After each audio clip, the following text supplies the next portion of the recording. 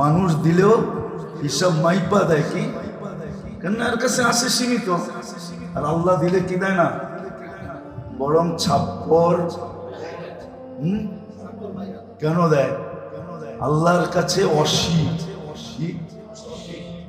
মানুষেরটা দিলে কমে, আল্লাহরটা দিলে কমে না। এটাই দেখাইতেছে আল্লাহ বলে, ইবনা আদম লাউ জামা আউওয়ালাকুম ওয়া আখিরাকুম ওয়া জিন্নাকুম ওয়া ইনসাকুম ওয়া হাইয়াকুম ওয়া মাইয়িতাকুম ওয়া যাকারাকুম ওয়া উনসাকুম ওয়া ইয়াবিসাকুম ওয়া রুতাবাকুম ফি সাঈদিন ওয়াহিদিন ফাসআলু কুল্লা ওয়াহিদাতিন মিনহুম মাসআলা ফাআতু কুল্লা ওয়াহিদাতিন মিনহুম মাসআলা মা নাকাসা মিন খাযাইনি শাই কামা ইয়ানকুসুল বাহরু ইযা উদখিলাল মিখয়ালু ফি। আল্লাহ বলে, ও আদম সন্তান, তোমাদের আউয়ালিন, তোমাদের আখারিন, তোমাদের নারী, তোমাদের পুরুষ, তোমাদের জীবিত, তোমাদের মৃত্যু, তোমাদের ছোট, তোমাদের বড়, তোমাদের বীজা, তোমাদের শুকনা, সমগ্র সৃষ্টিও যদি এক ময়দানে দাঁড়ায় যায়, আশা আকাঙ্ক্ষা অনুযায়ী আমার কাছে চাইতে থাকে, আর আমি সবারটা পুরা করতে থাকি, আমার ভান্ডে এতটুকু কমবে না, আমার খাজিনায় এতটুকু কমবে না, যতটুকু সমুদ্রের ভিতরে সুর ডুবায়া বাহির করলে তার মাথায় পানি লাইগা যতটুকু পানি সমুদ্রের ভিতর থেকে কমলো, আমার খাজিনার ভিতর থেকে এতটুকু। তাহলে আমি বুঝাইতে চেয়েছিলাম যে মেরে দোস্ত, মানুষ যদি দুনিয়ার পদস্থ মানুষের করুণা পায়া, দয়া পায়া, মায়া পায়া, মমতা পায়া, স্নেহ পায়া, ভালোবাসা পায়া, নৈকট্য পায়া, কাছে হইয়া যদি এত খুশি হইতে পারে, আর এই সবগুলা জিনিস যদি কোনো ব্যক্তি আল্লাহর কাছ থেকে পায়, তাহলে কেমন মনে হয় বুঝাইতে পারি। সাধারণ একটা মানুষের কাছ থেকে যদি পাইলে তার যদি খুশির অঙ্ক না থাকে, আর আমি যদি এটা আল্লাহর কাছ থেকে পাই, আমি যদি এটা তার কাছ থেকে, কেমন খুশি হওয়া কথা, কেমন সৌভাগ্যবান মনে করা কথা। মানুষ তো দুনিয়ার মানুষের ভালোবাসা পায়া নিজেকে সৌভাগ্যবান মনে করে, নিজেকে বড় উঁচা মনে করে, নিজেকে বড় ধন্য মনে করে, যদি ওটা আল্লাহর কাছ থেকে পাওয়া যায়, যিনি আমাদেরকে অস্তিত্ব দিলেন, যিনি আমাদেরকে এক ফোঁটা পানির থেকে সৃষ্টির শ্রেষ্ঠ হিসাবে অস্তিত্ব তো অনেককেই দিলেন, কিন্তু আমাদের মতো তো শ্রেষ্ঠত্বের অস্তিত্ব কাউকে দেন। এত বড় শ্রেষ্ঠত্বের গ্রান্টি দিয়ে অস্তিত্ব কাউকে দেন না। মানুষ তো সৃষ্টির সেরা, সৃষ্টির রাজা, সৃষ্টির মুকুট, সৃষ্টির মাথা, সৃষ্টির হাট। মানুষ সৃষ্টির ভিতরে সেরা। যে আল্লাহ আমাকে এক ফোঁটা পানির থেকে এত বড় অস্তিত্ব, শ্রেষ্ঠত্ব দিয়া অস্তিত্ব দিলেন, আবার নিজে ঘোষণা দিলেন, কারো মাধ্যমে না। কখনো কখনো মানুষ নিজে ঘোষণা দিতে চায় না, বলবে আমি ঘোষণা দিলে অসুবিধা আছে, তোমরা আমার পক্ষ থেকে দেওয়া দাও। আল্লাহ তো নিজের পক্ষ থেকে কাউকে ঘোষণা দিতে বললেন না, বরং স্বয়ং নিজে ঘোষণা দিলেন, ওয়ালাকাদ কাররামনা বনি আদম, আমরা শ্রেষ্ঠত্ব দিয়েছি। যে মানুষটাকে আল্লাহ এক ফোঁটা পানির থেকে অস্তিত্ব দিয়ে শ্রেষ্ঠত্ব দিলেন, সাজায়া শ্রেষ্ঠত্ব দিলেন। আল্লাহ তো বলতে পারতো যে এটুক আমি কইরা দিছি, বাকিটুক পুরা করে দাও। আমাদেরকে সাজানোর ব্যাপারে তো এরকম আল্লাহ কখনো বলেন না যে এটুক আমি করে দিলাম, বাকিটুক মার পেটের থেকে অস্তিত্ব দিয়ে আমি বাহির করে দিলাম, বাকিটা তোমরা সাজায় নাও। আল্লাহ যদি বলতো যে বাকিটা তোমরা সাজায় নাও, তাহলে আপনাকে সাজাইতে আপনার মা বাবার কত টাকা খরচ করতে হতো চিন্তা করেন। বিশ্বাস হয় না? না মনে হয় না। কেমনে হয় বলেন? আমার যুক্তি দিয়ে বোঝান, নাহলে আমি আপনাদেরকে যুক্তি দিয়ে বোঝাই। 1 মাস টাইমের 1 মাস আগে যদি বাচ্চা প্রসব হয়, তো এখন ওই বাচ্চাকে মেশিনে রাখা হয়। দেখেন ডেলি মেশিনের চার্জ কত টাকা হয়, একদিনের চার্জ কত টাকা হয় জান? ইউনাইটেডে যান, আরো বড় বড় হাসপাতাল আছে ঢাকা শহরে, যা জিজ্ঞেস করে, ইউনাইটেডে যে জিজ্ঞেস করে, অ্যাপোলোতে যে জিজ্ঞেস করে, স্কয়ারে যে জিজ্ঞেস করে যে প্রতিদিন কয় টাকা লাগে। বলবেন কেন মেশিনে রাখলাম? তো 1 মাস আগে চলে আসছে, বিদায় পুরা মিচিউট হয় নাই। এটাকে করার জন্য এখন মেশিনে 1 মাস রাখতে হবে। জান 1 মাসের চার্জ কত হয়? আল্লাহ তো অস্তিত্ব দিয়ে দিছেন, কিন্তু 1 মাস আগে আসছে। 1 মাস পরে আসলে আর এই টাকাগুলা লাগতো না। আছেনি কোনো মা বাবা যেই সন্তান পরিপূর্ণতা নিয়া, পরিপূর্ণ সময় নিয়ে মার পেটের থেকে বাহির হয়েছে? আছে এই মহল্লায়? আছে এখানে কোনো বাবা যে সন্তান জন্ম নেওয়ার সাথে সাথে 2-4-5 হাজার টাকা সদকা করছে, যে আলহামদুলিল্লাহ আল্লাহ আপনি বিলকুল কমপ্লিট করে বাহির করে দিচ্ছেন? যদি কমপ্লিট করে বাহির না করতেন, মেশিনে যদি দিতে হইতো, তাইলে তো আমাকে 1 মাসের টাকা প্রতিদিন হিসাবে বিরাট বড় কতগুলো বান্ডেল গুনতে হইতো। আপনি তো আমার কাছ থেকে বান্ডেল লাগান নাই, আমি নিজের ইচ্ছায় আপনাকে 5,000 টাকা সদকা দিলাম, 5,000 টাকা আপনাকে দিলাম। আসেন এক বাবা হাত উঠে বলবেন না এই ভাবনাটা কোনোদিন আসছে? আমি যে বললাম এই ভাবনাটাও তো কোনোদিন আসে না। কি আসছে? হ্যাঁ, উচিত ছিল না? ছিল না। এই জন্যই তো আল্লাহ বলছে কালিলুম মিন ইবাদিয়াশ শাকুর, বড় কম বান্দা পাওয়া যায়। সব কিছু আমি কইরা দেই, কিন্তু ফুলের মালা ও গলায় নিয়ে করে একবারও আমার নাম লয় না। লাকাল হামদু ইয়া রাব্বি কামা ইয়ানবাগি লিজালালি ওয়াজহিক ওয়া লাকাশ শুকরু কামা ইয়ানবাগি লিজালালি ওয়াজহিক। ও মালিক, তোর শুকরিয়া, তোর নাম বেচে আমি ফুলের মালা পড়া করছি। শুকরিয়া তো, এই শব্দটা একবার বলেন। রাগ হবেন না, আমি বুঝানোর জন্য বলতেছি। আল্লাহ করুক বুঝে আসুক, আল্লাহ করুক আমার ভিতরে এরকম কিছু কথা ঢালুক যাতে আপনাদের দিলে উচিত ছিল। আল্লাহ দেখাইছেন যে দুনিয়ার মানুষের করুণা পায় যদি তুমি এত খুশি হও, আমি আল্লাহ যদি দয়া করি, লাআল্লাকুম তুরহামুন, আমি যদি তোমার উপরে রহম করি, আমি তোমার উপরে দয়া করব, রহম করব, কিন্তু শর্ত আছে। কেননা দুনিয়ার মানুষ যাই করে পিছনে কিন্তু কোনো না কোনো স্বার্থ থাকে। তো কি বুঝাইতেছিলাম জানি, কোন দিকে চলে গেছি, যে আল্লাহ মানুষটাকে এরকম ভালোবাসে, এরকম ভালোবাসে। ওই আল্লাহ চায় না যে এই মানুষটা জাহান্নামে চলে যায়, এই মানুষটা অসফল, যাকে বানায় নিজেই ভালোবেসে গেছে, যে কেউ বাসুক আর না বাসুক আমি ভালোবেসে। একটু ভাবেন না, দুটা জিনিস বললাম, যে আল্লাহ যদি আপনার উপরে দয়া করে, মায়া করে, স্নেহ করে, মমতা করে, ভালোবাসে, দুনিয়ার কোন পদস্থ ব্যক্তি, দুনিয়ার কোন ব্যক্তিত্বমান ব্যক্তি ভালোবাসতে যদি অন্ত না থাকে, বইলা বেড়ায়, প্রচার করে বেড়ায়, উনি ওনার ডাইনা কি? হ্যাঁ, মানুষ খায় কি দিয়া? কাজ করে বেশিরভাগ কি দিয়া? তো উনি যদি বাড়ির থাকে, তাহলে ওনার যদি খিদা লাগে উনি খাই কি দিয়া?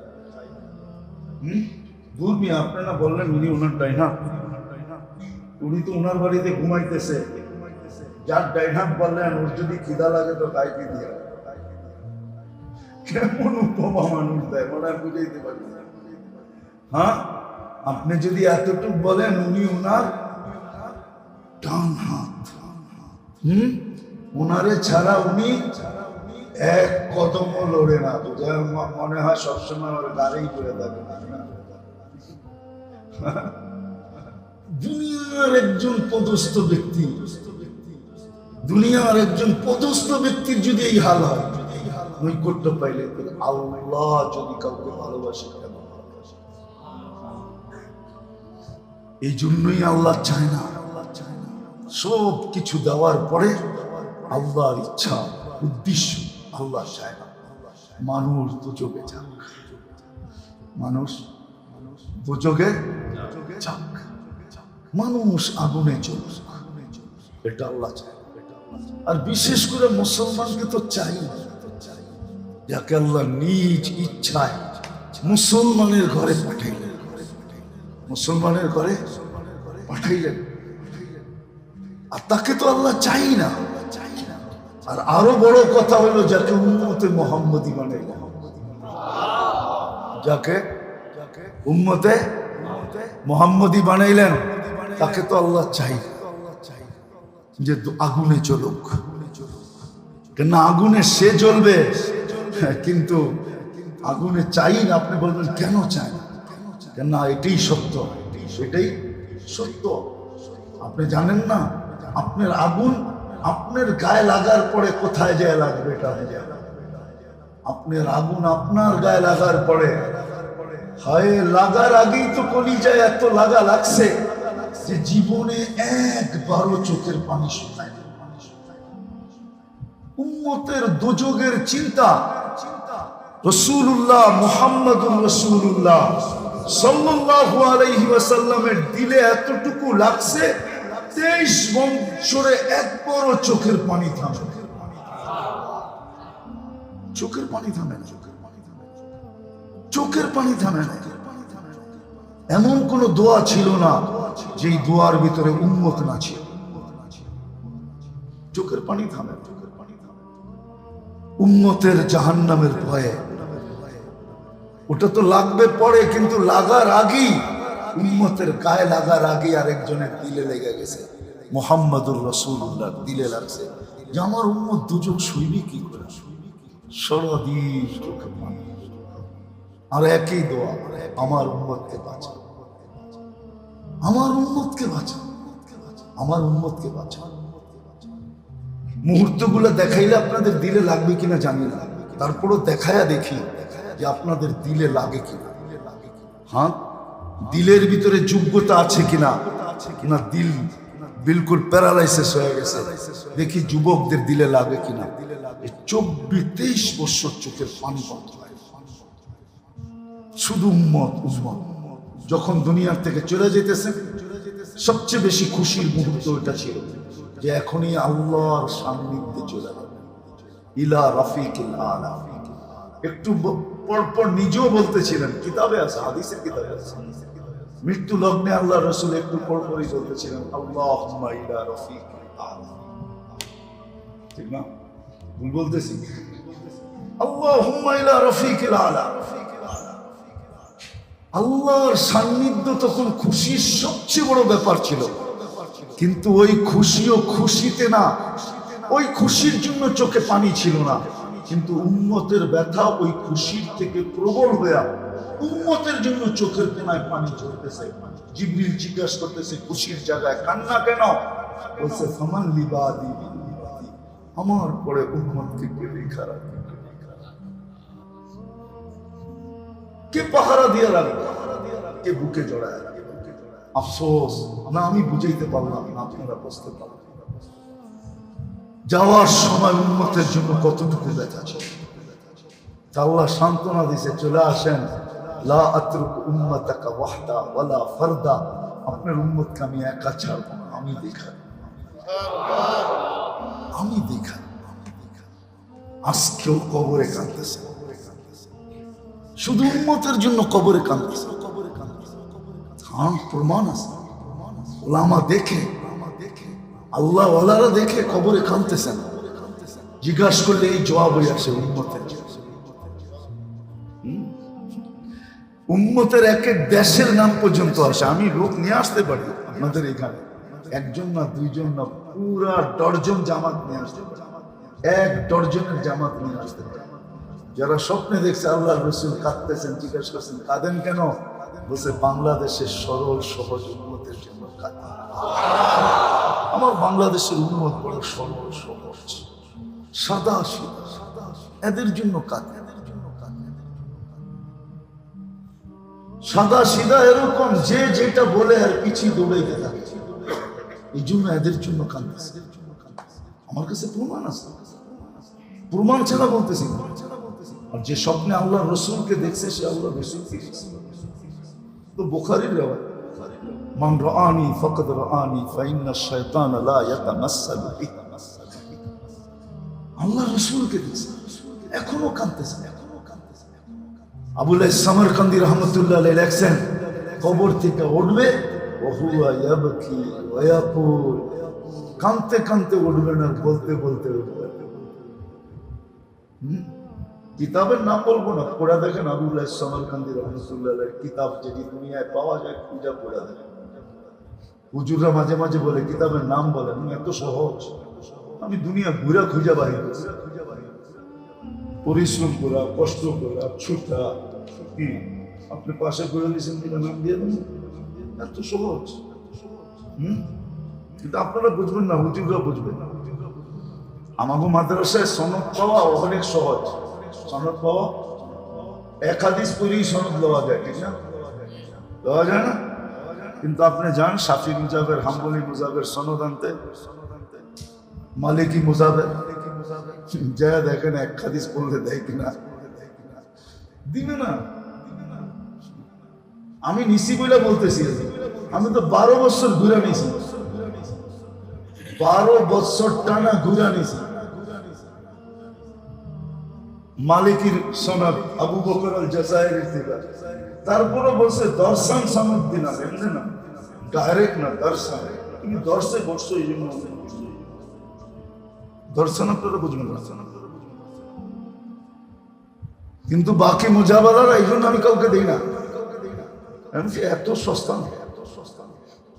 আমি যাদেরকে পড়াই ওদেরকেও দিই না, এত না। 12 বছর বাংলাদেশ থেকে যেতে আসতে হয়েছে, বছরে আমি 2 বার গেছি, টানা 2 বার গেছি।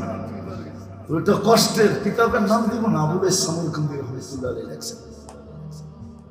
কেন অনেকে লেখালেখি করে, তো এই জন্য বললাম কিতাব পড়ো না। সান্নাফের নাম বলে কবর থেকে কাঁদতে কাঁদতে আর বলবে জিবরিল ময়দান তো খালি, উম্মত খালি, আইনা উম্মতি, আমার উম্মত কোথায়? ময়দান তো ফাঁকা, আমার উম্মত কোথায়? ময়দান ফাঁকা, উম্মত কোন জায়গায়? তো জিবরিল সান্ত্বনা দিবে, কেউ ওঠে নাই, আপনি একমাত্র ব্যক্তি জমিন থেকে উঠলেন, উম্মত এখনো ওঠে নাই, আপনি শান্ত হন। যে কবর থেকে কাঁদতে কাঁদতে উঠবে। এই জন্য তো বলছিলাম উম্মতের গায়ে দোজখের আগুন পড়ে লাগবে, কিন্তু একজন তো আছে হিতাকাঙ্ক্ষী, লেগে গেছে, যিনি মুহাম্মাদুর, যার দিলে আগুন আগের থেকে লেগে গেছে, ব্যথা আগের থেকে লেগে গেছে। কিয়ামতের মাঠে যিনি চিৎকার দিতে থাকবেন, উম্মতি উম্মতি বলে, যিনি মাকামে মাহমুদ পাবে কিন্তু বসবে না, শুধু হাত রেখা দাঁড়ায়, বৈশা দেখবে না যে ওই মাকামে মাহমুদের চেয়ার কিরকম, অনুরোধের পরেও বসবে না। আল্লাহ জানে বন্ধু বসবে না, কিন্তু তারপর অনুরোধ করবে, বসেন না। বলছে 3 জায়গায় যে ছোটে সে বসে তো বসে, 3 চিন্তা যার মাথায় সে বসে তো বসে। ওই কিসের 3 চিন্তা? উম্মতকে পানীয় পান করে হবে, মিজানের পাল্লায় যে আমলনামা মনিটরিংও করতে হবে। যদি সামনে না ঝুঁকলো, তাহলে আপনার প্রতিশ্রুতিগুলা কাজে লাগায় পাল্লা সামনে ঝুঁকায় দিতে হবে। পুলসিরাতে যায়া যদি উম্মত পার হইতে না পারে, তো দলিলের কাটতে দিয়া পার হবে।